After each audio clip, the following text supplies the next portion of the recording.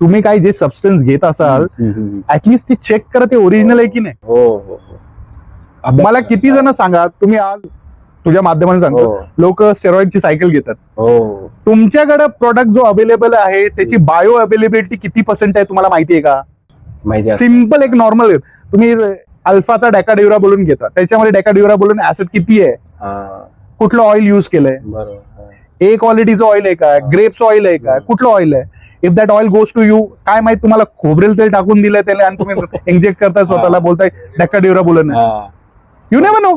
आज तुम्हाला मी एका वाईल मध्ये खोबरेल तेल टाकून दिलं किंवा ऑलिव्ह ऑइल टाकून दिलं आणि बोललाय हे ट्रेन ऍसिटेट आहे, काय कराल? टाकून घ्यायचं तुम्ही तर टाकणार, कारण मी बोललोय ना. माझ्या बोलण्यावर जाताय तुम्ही, हे नका करू. बरोबर. कितीही मोठा युट्यूबर आला, कितीही मोठा ट्रेनर आला, त्याचं बॅकग्राऊंड चेक करा. खरी गोष्ट. तो सर्टिफाईड आहे का, तो क्लिनिकल न्यूट्रिशनिस्ट आहे का, त्याचा किती वर्षाचा एक्सपिरियन्स आहे, ऍटलिस्ट तो स्टेजवर उभा राहिलाय का. काही लोक स्टेजवर उभा राहून पण गिमिक तयार करतात, जसं एक युट्यूबर सध्या करतोय. त्याला प्रमोट नाही करत आहे, पण तो शाणा आहे, मूर्ख नाही बोलू शकत, त्याला शाणा आहे. त्याला माहितीये लोक फॉलो करतात त्याला, मिलियन्स फॉलोवर आहेत, आणि त्याला माहितीये मी काही बोललं तर लोक घेतील. लगेच.